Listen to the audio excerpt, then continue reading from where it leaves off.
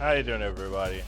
So today I wanted to just go over the June season cards in detail, just a little bit more than I did in the spotlight, just because I think the cards this month are very interesting, and I just want to talk about them.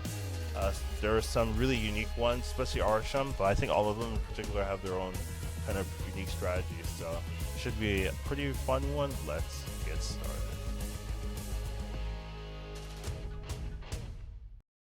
Hello, everyone. I wanted to talk about the cards released for this season, all in on, so I can get a little bit more deeper discussion. This is something I just wanted to do, so let's get started. So first off, we have Sersi, Gilgamesh, right? The season pass card. So this is a 5/7 +1 power for each of the other cards and play with increased power. So basically, it's to me like a blue Marvel card. I guess also a Khazar card in that same vein, where you need to be running a deck that runs a lot of power increase. The easiest way is +1 power to everything. So blue Marvel really makes this card like shine so crazy. But essentially, if you're playing a deck that can buff, that are running cards that can buff themselves, then this can be basically your big bomb. Potentially, this can be +11 power if you have every other card buffed. I would say +10 in a lot of cases, because you're going to be playing Blue Marvel, and then Blue Marvel doesn't buff itself, right? So plus 10, to everything. So this is a 5/17, maybe 5/18 if you're lucky or so. That's kind of dumb strong. I will say it does require you to be filled every lane. This is your last card played, right? So that's not that common, I would say, but its potential is pretty high. Even if this could be like a 5/13, I would say that's still pretty good. 5/14, pretty good. So there's definitely a use case for this card in that you can just create. This can be your win condition for Blue Marvel decks. This would be your win condition for one-drop decks. If you're playing Khazar, Patriot, that kind of thing, you could definitely set it up where you play this.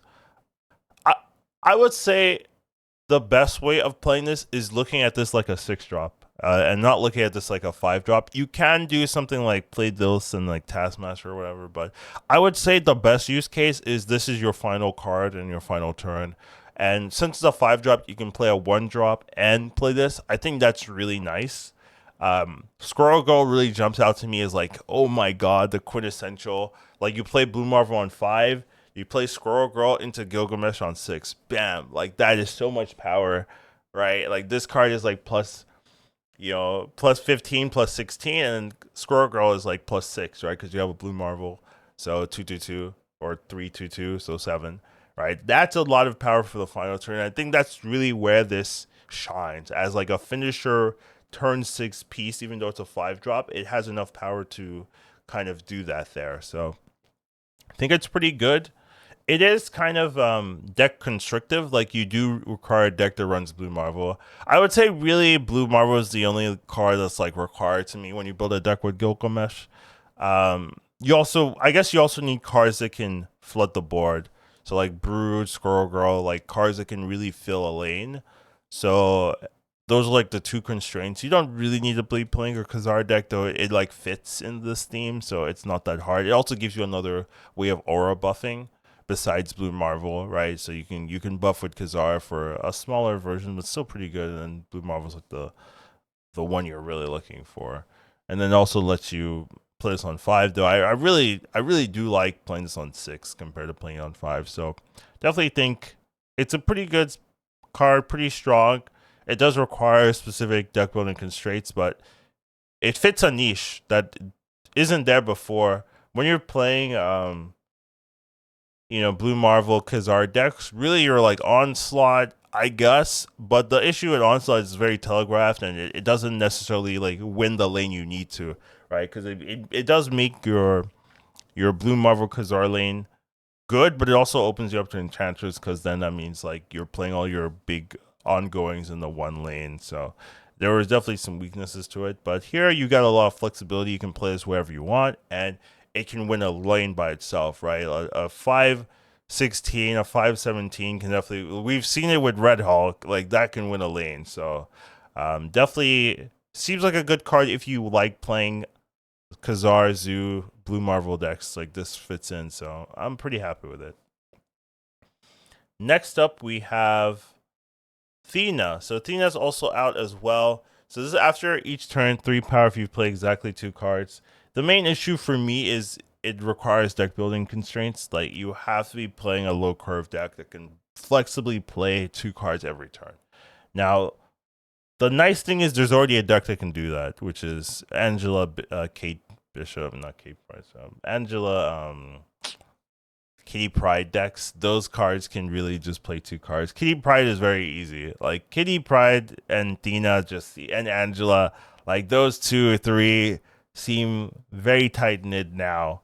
Where if you don't have Angela, you can play Thena, and you can basically do what Angela does, but with a little bit of like constraint because you have to be playing 2 cards. So, but that's what you already want to be doing with Kitty Pryde anyway. So it just kind of works out, and it's just very strong. Like the payoff is huge.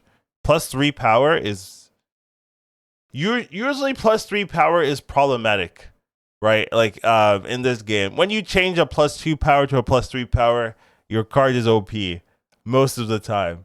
There's not that many cases where if you can trigger +3 multiple times, it's balanced. But maybe this will be because it does require that deck building constraint that's kind of tough. But you trigger this twice to 2/7, which is decent. Like 2/7 is not like, oh my god, but it's decent. 2/10 is where you're like, okay, now we're talking. And then 2/13 is that's the nuts, right? So, but it does mean that you are building completely around this card. But I think the payoff is good enough that it's worth doing if you like this type of deck. So if you like Kitty Pryde decks, like this feels like a potential staple for that archetype. So I do think if you are doing that, like that's good. And you can play this in bounce, maybe. You can play this in other like low curve decks, maybe 1-drop centric decks. There's new cards that are supporting 1-drops, especially Gilgamesh as well. So this does seem like there is support coming for this card. So I just think it's probably good and adds to the Kitty Pryde, the Angela, that kind of generic game plan. So seems good. Hope Summers can also use this. Since you're getting extra energy, it's a lot easier to fit your curve. So yeah, seems good. Honestly, better than I thought. I would say before this card came out, I would have rated it a little bit lower if I'm going to be honest. So, better than I thought. But it makes sense. It's a 2/10. It's a 2/13. It's hard to go wrong if you build around it.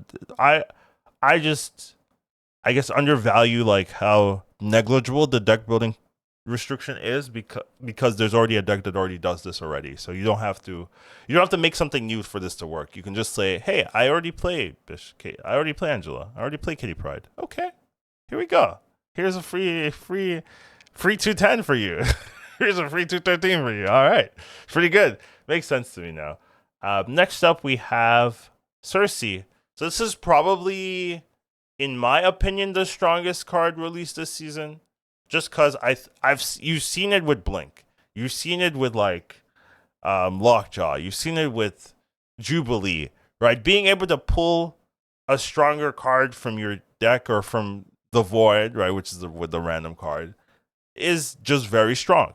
And this does that to multiple cards at once. Now, speaking of the Void, this card with Sentry is very good, right? Like think about it. You play your Sentry, and then you get the Void, and then instead of saying, oh, I have to Annihilate it to the other lane, you're just turning, it's a 4-drop, right? You're turning your 4-drop into a 5-drop. So, like, that's just huge value to me that I think will be a very nice alternative to playing Annihilus, just because, you know, you don't have to, like, if they want to lock that lane, right, you don't have to say, oh, I can't compete, right? Like, oh, now I have the 0-1 or this 0 negative power card that I can't deal with. So I just think it's pretty good. It's also very good with cards with some other cards, right? So Jubilee, right? You can you get the Jubilee pulls something else, so you can just transform both of them into bigger cards, right? And then also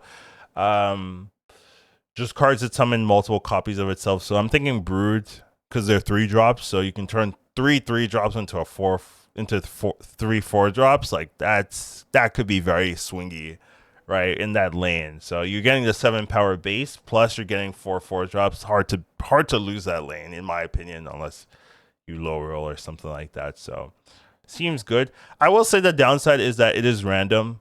So there are, like let's say you're transforming a 5 into a 6. There are some 0-cost 6s, right? There are some 10 plus cost 6s, but there's some 0-cost 6s. So you're going to have those scenarios where you're really relying on this to win you the lane, and then it doesn't, and then you're like, that was my game plan. I spent 5 energy on this.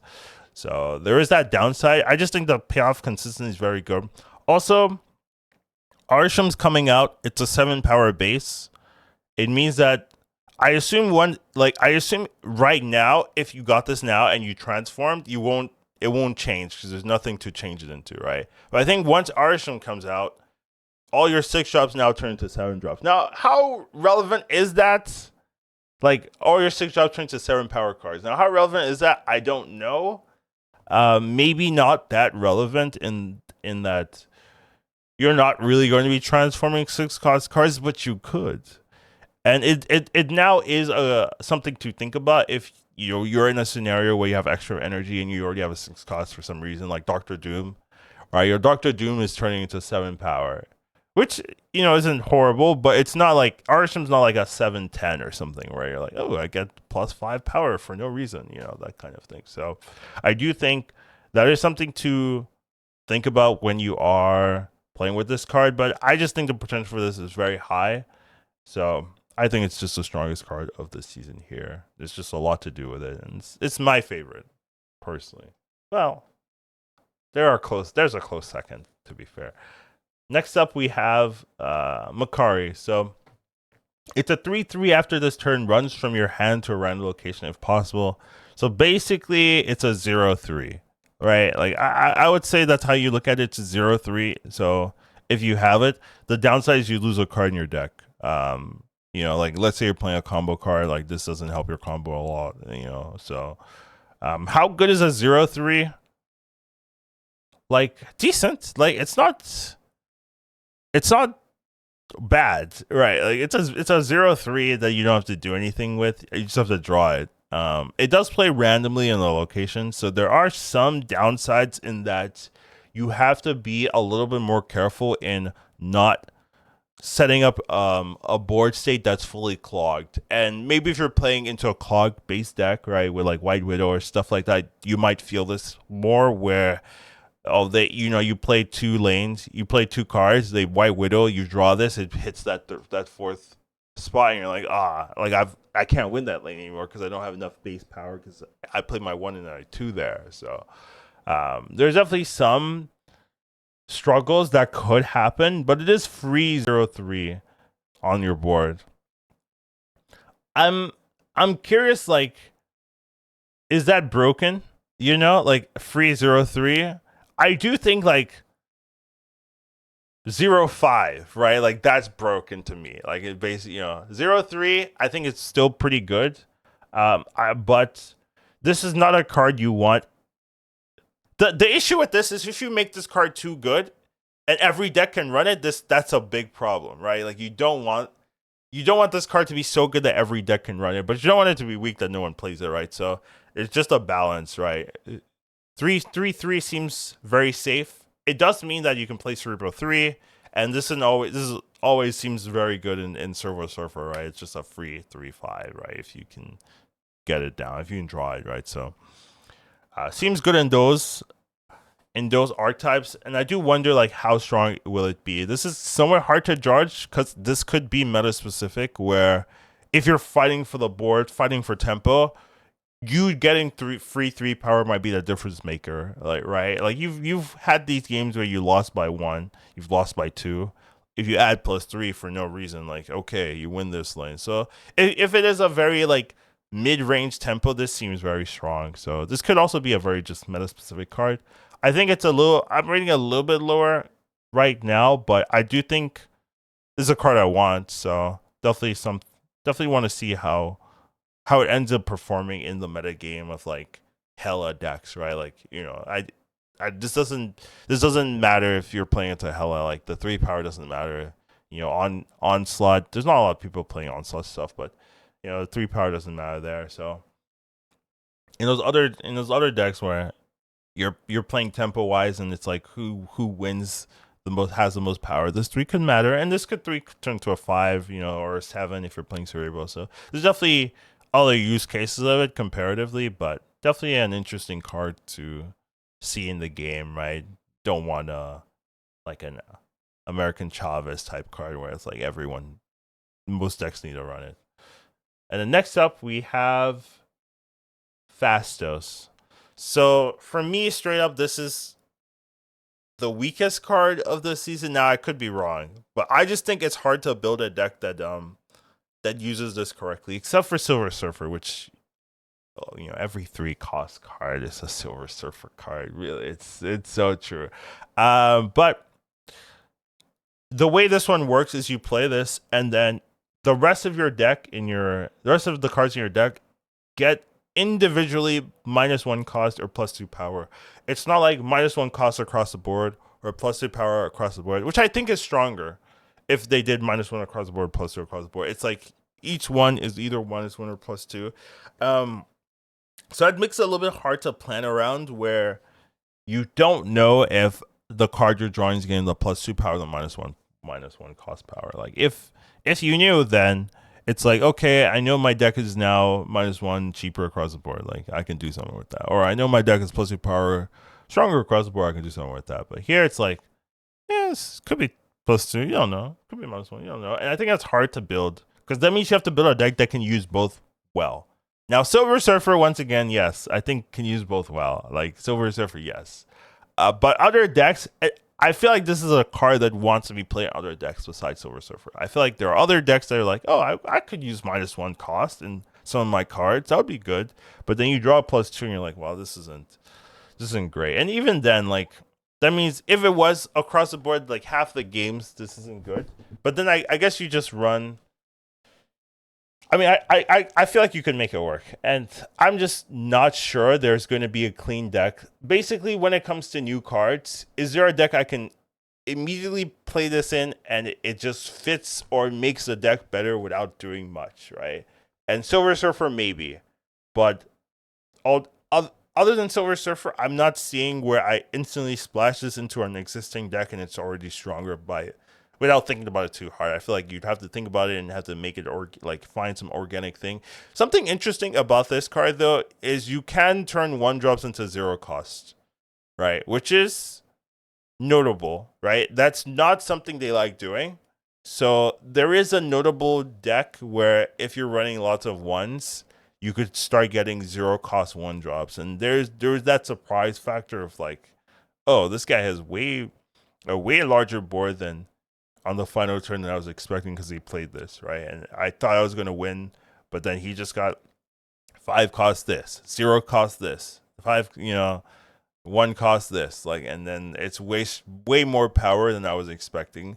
So this could be a good cube stealer, and that might be like at the highest levels good enough to be warrant play, where you play this and your opponent doesn't know like exactly how much you have anymore. And that's always scary at the highest levels, because people really want to know exactly that they're going to win when you're playing. Like, it's like, I know 100% I'm winning, there's nothing you can do. You play this and that's not the case anymore, and that just might be good enough where if you can build a deck that can really utilize both versions. Like, yeah, I play this because this gets me 8 cubes every 5th, 6th game, and that's really strong, and that's helping me climb, right? So there's definitely some value at this that I'm not respecting. But I am saying it here. But I'm just saying, like, it's hard to say that's the difference maker if the base is weak, right? Like, it's not going to matter if the base is weak.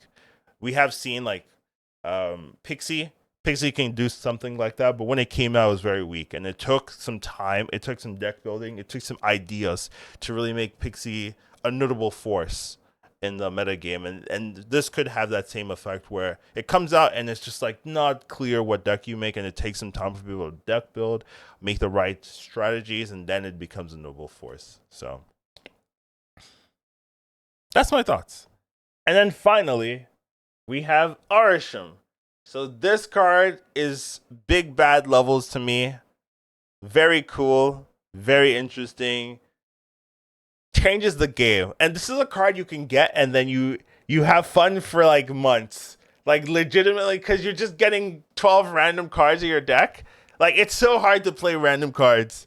Or like whatever. It's so hard to play, specific cards or having like you play it and bam, you have a lot of cool games for forever essentially, because you're just like you can get the new cards, I'm assuming, right? Like that. I mean, that'd be weird if you couldn't. Like you have to be able to get the new cards. So like this card you buy and then you're like, I have something cool to work with for a long time afterwards. And +1 max energy is not negligible. That's really pretty damn good. Like I will say the 12 random cards is a big downside. Like that is a big downside too, because it's not just the 12 random cards, it's that it now messes with any consistency you're trying to do, because you don't exactly know how the games are going to play out for yourself and also for your opponent. But also there are cards that can counter giving random cards to your deck, right? We have Darkhawk,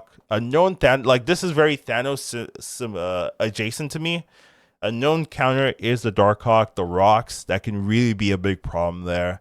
And then another thing, this is a little bit future sighting, but I feel like I have to talk about this card coming out in conjunction with this, but Cassandra Nova, right? Like this card into Thanos, into Arishem seems very crazy.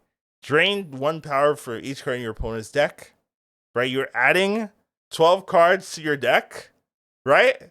Right, guys? And that's not including the cards you already have, the 12 you start with. So you play this turn 3 in an Arishem game. And how big is this thing? This thing is like a 318 or something like that, right? It's like a 317, a 318 for no reason. And then it drains 1 power from all of your cards you're moving for it. Like that's a game changer. Same thing with Thanos, right? Thanos is also a little bit weaker at stones, right? So there's less stones. But that, I feel, once this card comes out, all the Arishem players are gonna groan at the same time once people start playing this against them, because it's just like, damn, like what a heavy counter to this. So because of cards like this and Darkhawk as well, I do think that the potential for this is actually somewhat low. The other issue with this, it's hard to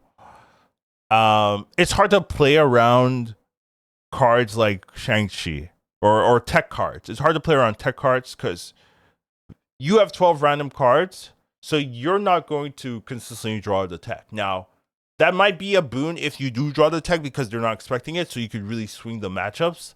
But you can't really counter the tech, and you also don't have a higher chance to draw tech yourself. Now, you can definitely put Shang-Chi in your deck yourself, but it's a lot lower chance that you draw the tech comparatively, and then you also don't have a good response to the tech. So you're going to be playing high tier cards, right? You're going to be playing very likely 10 plus power cards, and if they have a Shang-Chi, they have a Shang-Chi. You can't really do anything about that. So you could maybe try playing armor and whatever, but once again, right, are you going to draw the armor? A lot of cases, no. So you just have to take it.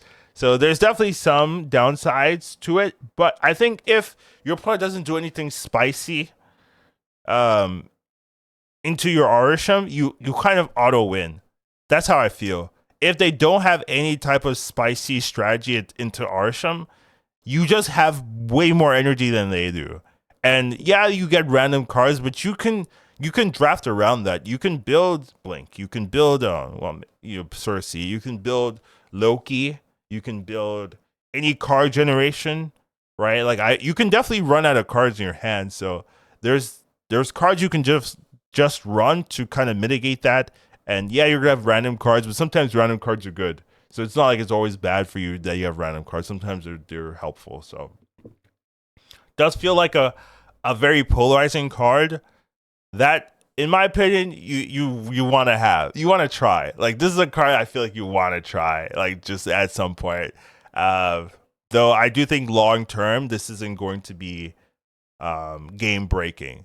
Which, when I look at this, like, it looks like it could be game breaking, but Arishem's a 7/7, so it's not like your payoff is crazy on turn 7. And then there are good tech. You can run Darkhawk, you can run Nova, you can run rocks and stuff like that. You can run tech cards, you can run combo pieces, you can run just a lot of tools to lower the ceiling of this card. Though the floor is pretty high, the ceiling is also very high. So fun card, right? Like, fun card. I just don't think like, oh my god, this is a broken card. Like, maybe day one you might see that, but I think as cards get released and people really start understanding that this is part of the meta game, then you'll have less of that opinion, I think. And you can run this with Agatha. I definitely think the bots are gonna do that. So yeah, definitely a fun card. But overall, I think this is a pretty cool season. Some cool cards in there. And I have my favorites, right? Sersi and Arishem, probably my two favorites, and then probably like Makkari, and then Thena, Gilgamesh, and then Phastos. I'm not super sold on. So those are my thoughts. What do you think? How you guys liking the new season? And maybe I'll look in some of the future seasons as well. But yeah, wanted to start doing some stuff. Take care of yourselves. Have a wonderful day, and I'll see you in the next one. Educatedcollins snap. Once you watch him, you won't go back. He'll teach you to marvel snap.